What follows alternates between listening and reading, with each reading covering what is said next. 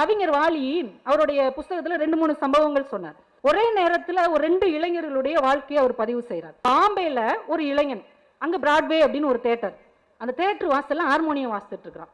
அதே நேரத்துல சென்னையில இருக்கிற பிராட்வேன்னு ஒரு தியேட்டர், அந்த தியேட்டர் இன்டர்வெல்ல ஒரு இளைஞன் வடை வித்துட்டு இருக்கிறான். வாய்ப்பு கிடைக்கும் போதுதான் இசை பயிற்சி செஞ்சுக்கிட்டே இருக்கிறான். காலம் ஓடிக்கொண்டே இருக்கிறது. அவங்க துறையில அவங்க முயற்சி செஞ்சுக்கிட்டே இருக்காங்க.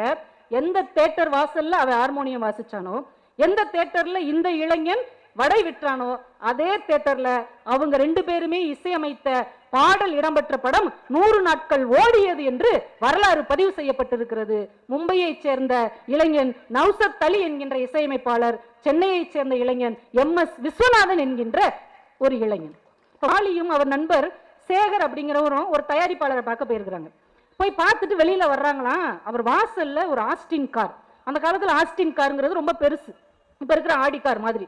இந்த நண்பர் சேகர் என்ன பண்றாரு, அந்த ஆஸ்டின் காரை தொட்டு பாக்குறாரு, சுத்தி சுத்தி வர்றாரு. என்ன சேகர், உனக்கு இந்த கார் ரொம்ப பிடிச்சிருக்கா? இந்த கார்லாம் வாங்குறதுக்கு நமக்கு எங்க கொடுத்து வச்சிருக்கு, நான் ஆசை தீர ஒரு பார்த்துட்டாவது வாரேன் அப்படின்னு சொன்னாராம்.